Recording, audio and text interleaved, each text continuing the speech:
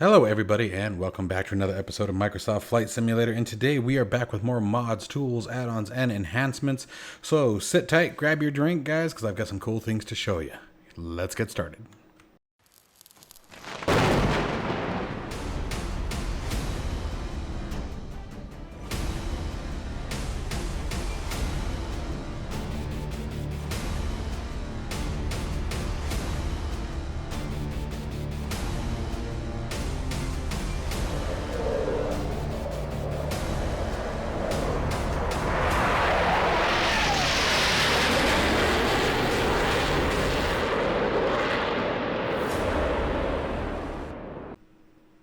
So the first mod that we're going to take a look at, or this is actually an add-on, is ModMan FX. I was doing a little bit of research on this, and the thing is that there's quite a few different tools out. You have Mods Add-ons Collector, the Mods Add-on Linker. I think there's another one outside of ModMan. But as I was looking at ModMan today, and I've looked at it a couple times in the past and decided that there just wasn't enough variance between the two as far as add-ons linker versus ModMan, I didn't see a need to really do a review on it. I mean, they're both amazing softwares, and they have been for a while, very friendly, user-friendly, excuse me. But this latest release sort of caught my attention, and I don't know, a lot of these features have probably been here, but I was looking at the screenshots, and it just caught my attention today. So we're going to look at a few things here and see how this is set up. So all I've done is we've downloaded it, and when you download the zip file, there's just an exe in it. So, I mean, literally you can put it anywhere you want. For example, what I did is here's all the applications that I currently use in MSFS, and I just created a ModMan folder. I actually created this folder, and then inside it, it was just this exe. You run this exe, and then the rest of these are generated, okay, after running the exe. But this is the only file that comes in the zip. So put this inside another folder. That way it structures well, and you don't just have a bunch of random files scattered through the directory.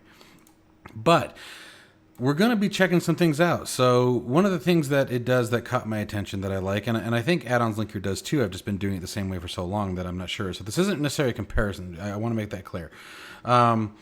But one of the things that I like about it is it can keep the zip structure. Some of these mods and add-ons and tools and things like that can get very, very large depending on what their content is. And I think as Microsoft Flight Simulator, gosh, good English there, Simulator progresses and evolves, a lot of these mods are going to get larger and larger, especially the self-created aircraft. So let's check out a thing or two here, and what I'm going to do is we're going to use, there's a couple of these that we're going to be talking about today that we're going to be using in example, but for example, let's use this ATR 72600. So what I'm going to do first is I'm going to extract it, because I can tell you right now that it's not in a format that we want to use with ModMan yet. So I'm going to extract to the folder name, okay, and then what I'm going to do is I'm going to open this up, and what we want is this content here. Okay, you need to make sure you do it from here, guys. Don't try to zip this folder. Otherwise, it's going to put this folder inside of a zip folder. That's not what we want. We want these contents inside of a zip folder. And I'm going to show you what I mean here. I highly recommend using 7-Zip. 7-Zip, guys, is a freeware software, and it is extremely powerful. It'll unzip or zip just about any file there is, and it's very convenient to use. So we're going to highlight everything, right-click on it, go to 7-Zip, and I'm going to add to ATR 72600 zip, just like this. And when we open this folder, okay, we'll just click off there. When we open that, that's what we want. So you see what I've done here? There's the zip, and as soon as I double click the zip, there's nothing else in here but the contents. That's what we're looking for. So I'm going to take this guy, I'm going to cut it out real quick, and I'm going to put it into my mods folder. I'm going to go to my aircraft. I'm going to go to my ATR 7600, and this is the same one. It's just an older version. And I'm going to paste it in here for a second. I'm going to show you why. And then what we're going to do is we're going to come here, and we're going to play around with this a little bit. So let's go to, and this is where I'm still learning here. I've only messed with this very briefly. Give me a second, and I want to find, is it just install mod? Nope. Rename mod, delete mod, refresh mod, import mod. I think import's what we want. There we go. All right, and so this is the community folder. We don't want that. We want my add-ons folder, so my mods folder. We're going to go to aircraft. We're going to find the ATR72. And again, we want this one here. And notice that these are the file types it's looking for: zip, 7-zip, or RAR. So it can use a 7-zip file, which is what 7-zip uses. That's what the 7Z is, a 7-zip. And so we're just going to hit open. Slick. All right, optional. Wow, dude. Enter the web URL for this mod. Useful to remember what it is or for checking manually for future updates. So let's enter in the URL. I definitely have that. And so we're going to come up here. We're going to go to aircraft. Where are you? ATR right there. And then when you mouse over here, I'm just going to right click and hit copy. That automatically copies the web link. And we'll come down here and hit paste. Hit OK. So now we've got the URL for it. We can come over here, go product type. It's a freeware. Type, it's an aircraft. Model, look at this. This is great. ATR 72600. Subtype. See your third-party aircraft, avionic model fixes, flight model, lights, liveries, other sound. Let's call this I think it's safe to call this a third-party aircraft. Well, yeah, it is, because it's an import. That's right. This wasn't in there. And then you can decide if it's already tested. If you've already flown it, do you think it's good, very good, bad, very bad? You can actually make your comments on it. Now, I actually haven't flown this one yet. I keep meaning to, and too many other things keep popping up. So this is pretty slick. All right, continent. Well, I don't know if that matters. Okay, so this is going to be more for scenery. And let's see what update mod does. If we click on update mod,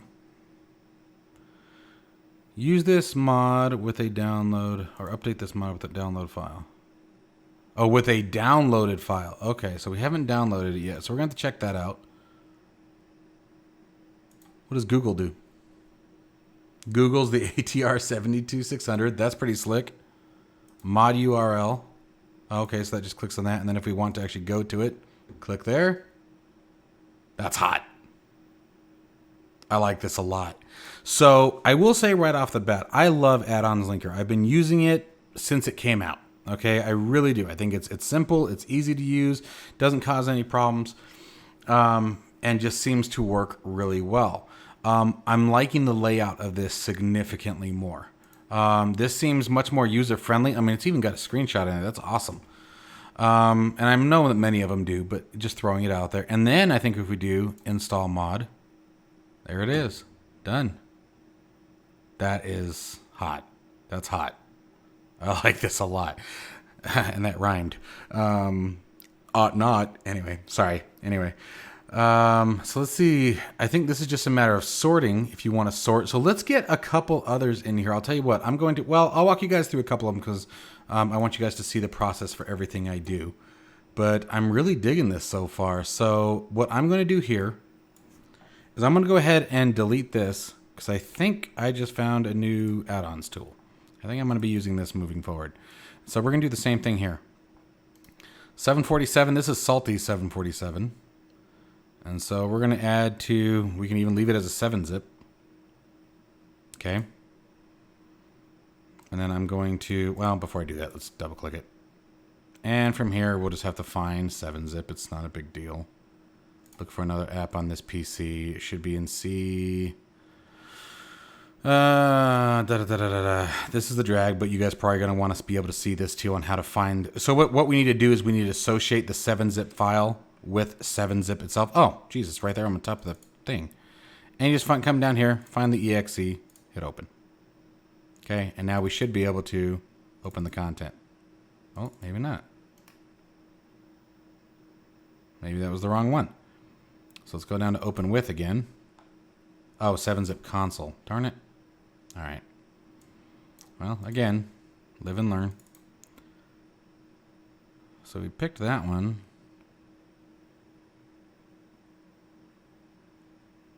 Oh, there's the GUI.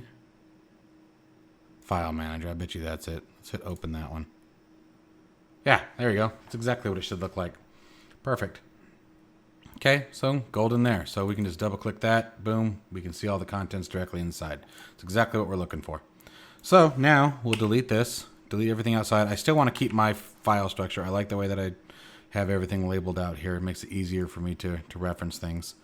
And then let's just do this. Like I said, we'll do a couple of them. So we're just going to go 7-zip. And what I like about 7-zip is it adds it automatically, adds the naming structure. You don't have to worry about naming it. So again, let's do the same thing. Boom. Delete that. Delete that. The 787, that's another one that we're going to be reviewing here soon. The A321, you guys should all be pretty familiar with. Project Mega Pack. And again, let me just come in here. Add A321, 7-zip. 7-zip, I believe, compresses slightly smaller, if memory serves, than a standard zip. But really, there's no great difference between the two that you should have to worry about for these purposes. And where this is really going to come in handy using the zip files is when it comes to scenery. Scenery additions tend to be very, very large. We saw that in X-Plane, we saw it in FSX and P3D. Anytime you imported scenery, they were just huge. And like we can see, like this is sort of what I was getting at. This is a pretty large file. And it's because it's a full aircraft. You got sounds in there. That's another thing that gets really large is sound files, depending on what are used. There's a couple of different types that are smaller than others, but if you're going for quality, typically you'll see MP4 or MP3, excuse me. But you can use C.OG and things like that that tend to be a bit smaller, but it really depends on what Microsoft Flight Simulator is capable of using. All right, so there's a few aircraft, so let's just throw those in there for now. So let's do this again. We're going to go to Import Mod. Let's go back to our aircraft. We did the 747. Boom. Drop that guy in. Crack. Okay, and then again, we can do the same thing. So I'm going to walk you guys through all of this real quick. And we're just going to go aircraft 747. It should be Salties. Yep, there it is. So we're just going to hit copy and paste that in there. Boom. Got that done. And then again, we're going to come over here. It is a freeware. It is an... The only thing I wish that they would add here would be like aircraft enhancement versus aircraft. But I mean, I guess it really depends. I really am that nitpicky with my naming scheme. So it's definitely not a judgment call. That's just how I do things. I'm kind of a pain in the butt like that. 747, it is an 800, I think is what we have in the sim. And then we'll call this third-party aircraft again. The flight model, well, it's more of a, but it's got more than flight model in it though. I think I'll leave it as third-party. There are some mods that are blatantly, they say, that they're just a flight model. And I have already tested this, so I think it's good. It's got a ways to go. We all know the 747 needs some serious love, but, I would definitely call it good. And then for a screenshot,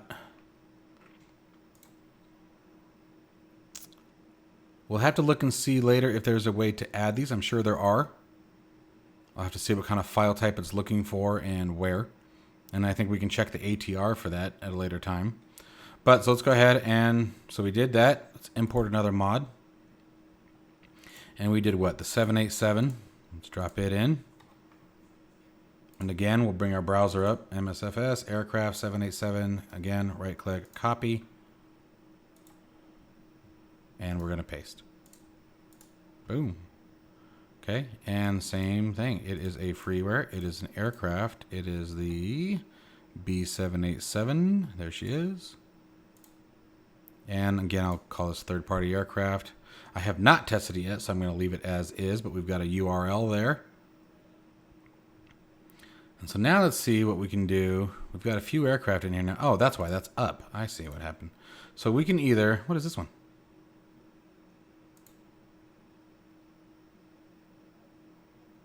Was that an import that didn't happen? Let's just...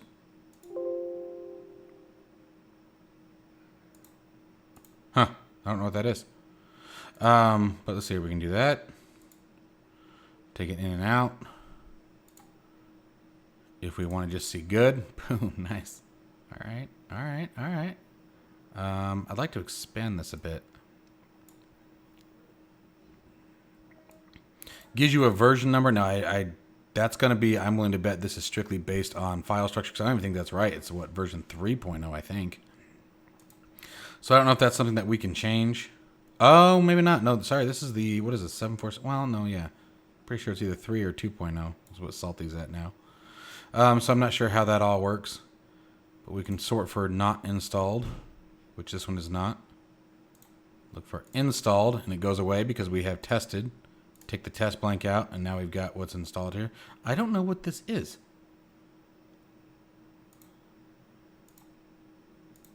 Huh. Anyway, no worries. I'm not really worried about that. So now let's take a look at, let's turn the filter off. And let's see if we can do, yep, we can highlight multiple.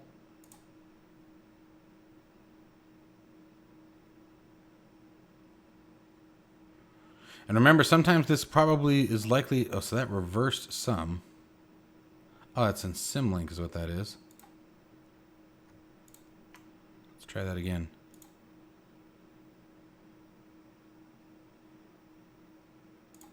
Okay, so maybe we have to do it one at a time.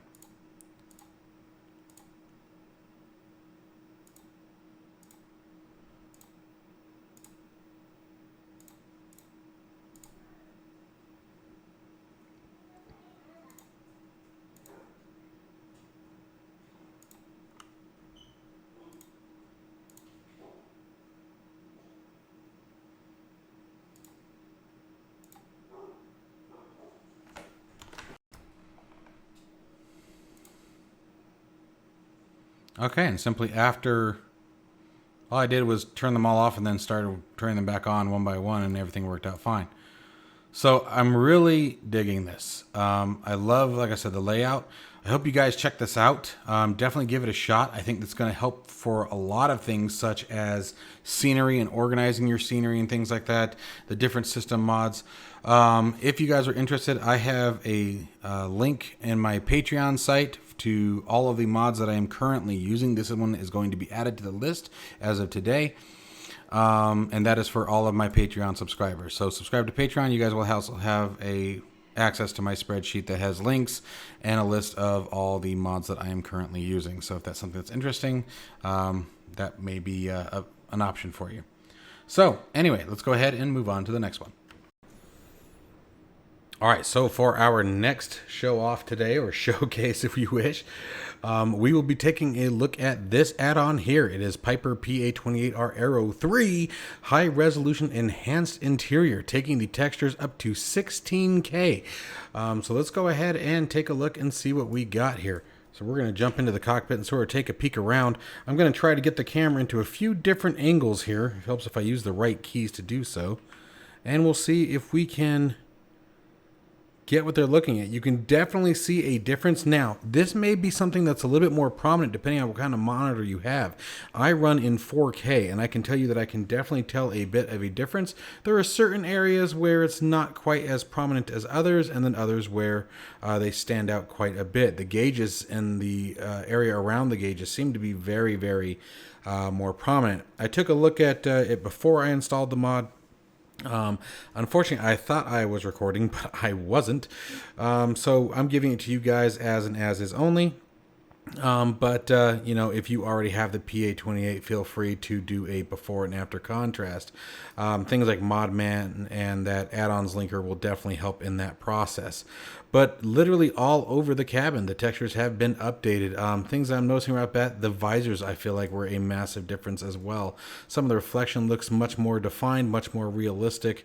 I'm really impressed with it. I actually like it. I will be doing a flight later on this week with this, and we'll see what kind of frame rate hit there is. But I mean, obviously 16K textures compared to what they were before, you are going to notice a difference in FPS. So mileage may vary depending on what your hardware looks like.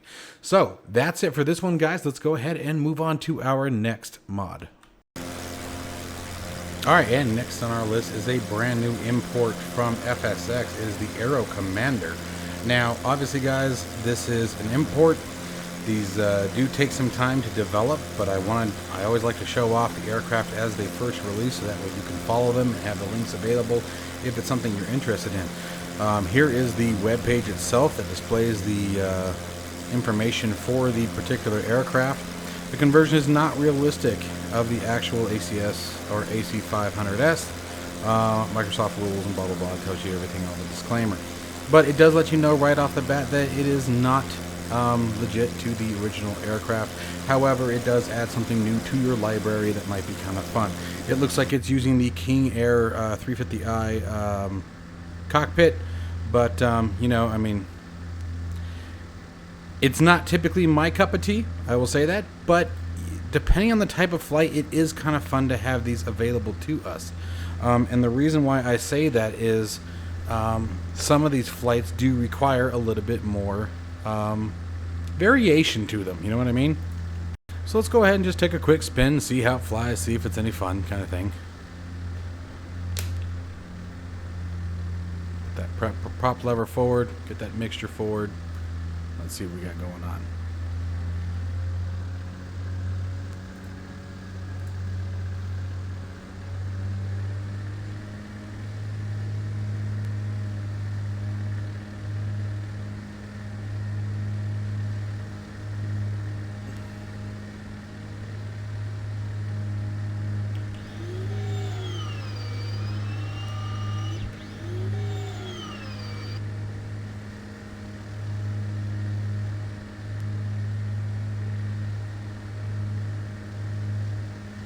Whoa! Getting some weather over those hills. So I mean, it's fun. It's very simple. You can tell the flight model, like I said, I think is using probably the default 350i. So I mean, I don't think that there's any great variance in the flight model to be expected from, but it's again a nice little aircraft to have in your library. So let me know what you guys think down in the description below. If this is something that you guys are interested in, hope you guys enjoy it. Again, at the very least, it'll be worth following along to see how the aircraft develops. Maybe it'll shape up into something that you will truly like. Maybe you like it already. Like I said, I think I might tool around with this a little bit here and there, using it as an island jumper. It'd be definitely a fun little aircraft. But anyway, let's go ahead and move on to the next one. And following suit with another import is the ATR 72-600. This is a community aircraft, and it follows sort of similar suit to the Aero Commander that we just showed, as it uses a different cockpit for the aircraft. It is not realistic to the real aircraft. However, I have flown this one a little bit here and there, and it is kind of fun just having the difference in size and the different pitch capabilities and the different handling performances that you must obey when flying this type of aircraft. If you notice, the gear is sort of widely offset, a little bit more low profile, so you have to be careful on your takeoffs and things like that. This is, again, another fun little aircraft just to sort of mess around with in your puddle jumping, or if you're just wanting to fly something a little bit differently. Where I find that these aircraft tend to be more enjoyable is things like Sky Park, where you're looking for an aircraft sort of outside the scope, maybe mission based, something that would be more realistic to the area that you may be flying. Outside of that, the performance is something that, again, do not be expecting accurate performances to the real world aircraft. It is just meant as something to add to your library and maybe have a little bit of fun with in your simulation experience. Remember, with our simulators, we are all about immersion and trying to just take ourselves away from the real world for a minute and into something new. I think you guys would really enjoy this aircraft. It does handle quite a bit differently than what you would expect from the default aircraft. And we are sinking like crazy, and I'm not quite sure why. There she goes. That was a little interesting. I think that was on my fault. Oh, you know, I did. I bumped the flap lever. I put the flaps up too soon. But anyways, guys, so this is, again, another fun aircraft. I have enjoyed flying this one. It does feel like you're flying a boat in the aspect of the size of this aircraft. This aircraft is much larger, much more sluggish on the controls than you would typically expect. Forgive the giggling hyenas in the background, guys. Those are my kids apparently having a ball doing something. But again, as you can see, there's some weather effect there coming through that mountain pass. So it is still very challenging and it's very fun to fly. And again, it's something that you have to really pay attention to on your approaches, really watching that low level landing gear there, or that low profile landing gear. So give it a shot, guys, and let me know what you guys think down in the description below. Alright, and the last one on today's list, guys, that I wanted to talk to you about is one that I've looked at before, but is getting close to receiving yet another update, and I received another update earlier today, and this is called SkyDolly. This is a free flight recording software, and it also saves aircraft positions. So for example, I can very quickly click here and load it back to the KTUS. I'm not going to do that, but this, if I were to click load here, it would take the aircraft over to Tucson International in Arizona to runway 11 left. Now, I have found they are typically pretty aircraft specific, but well, what the hell, let's just go ahead and do it. Here we go. Just so I can demonstrate to you guys that it does work. And we'll give it a second for the scenery to load in. This part does take a minute. And when you go to the outside camera, you're going to want to hit num 5 to recenter it.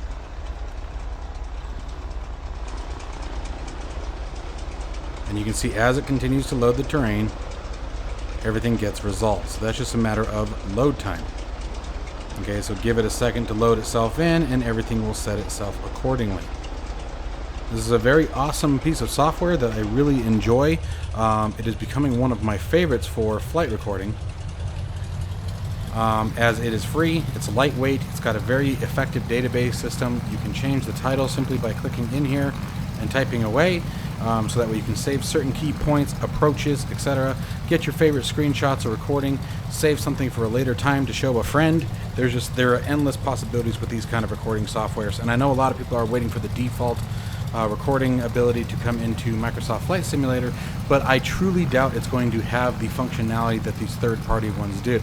Because the third-party recorders, they think outside the box. I mean, if memory serves, I could be wrong, it's been a long time, but if memory serves, even back in X-Plane, the only thing that we had was the ability to rewind and play the flight. I don't remember an ability to save specific locations that you can use with different aircrafts. I mean, as you guys can see, this one was taken with the TBM 930, and I was able to use this location in the Mooney here. So this is a really nice piece of software, and it's got a bunch of features that I'm not going to dive into completely today because that'd be a longer video. But let me show you guys what we can do here. So let's go ahead and hit stop here. And when we hit stop, we saw the aircraft bounce a little bit, and you can just come out here and see everything's still okay. It was just getting ready to play the track that was previously recorded in the TBM. So what I'm going to do here is now I'm just going to hit record. Okay, and let's fly. Let's get a takeoff going if I can remember what the heck I'm doing, which is always questionable when it comes to me. Let's see here. I gotta remember where the parking brake is on this thing. Isn't it down here? That's parking brake on. Okay, parking brake's released. All right, just wanted to make sure. Let's go.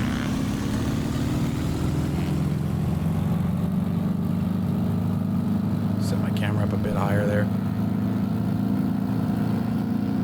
I need to fly the Mooney more often. It's actually one of my favorite aircraft, and I always forget about it.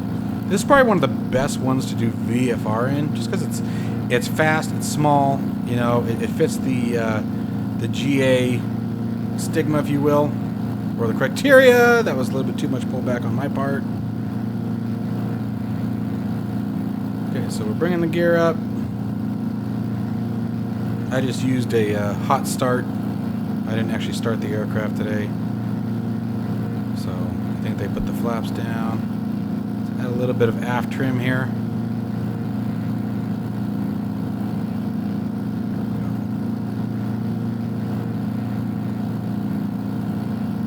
Okay, and then now let's just say we wanted to replay everything we have there. We'll let the plane do whatever it wants here. We're going to bring this back over here. We're going to stop the recording. And now let's bring it back. Now, don't let this weird thing mess you up for a second. Just give it a second.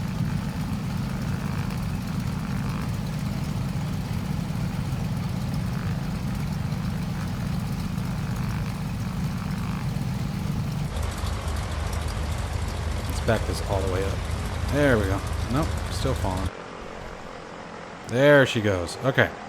So we took it back to the beginning of the recording. Okay, so we're here now. Now let's just go ahead and play it. And once you play it, you can see it resets itself.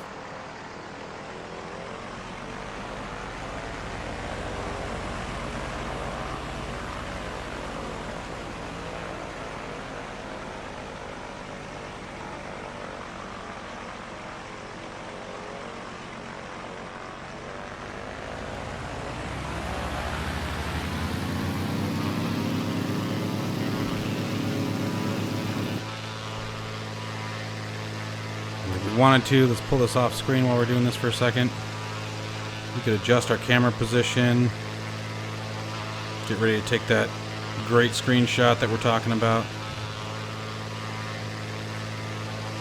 And maybe something like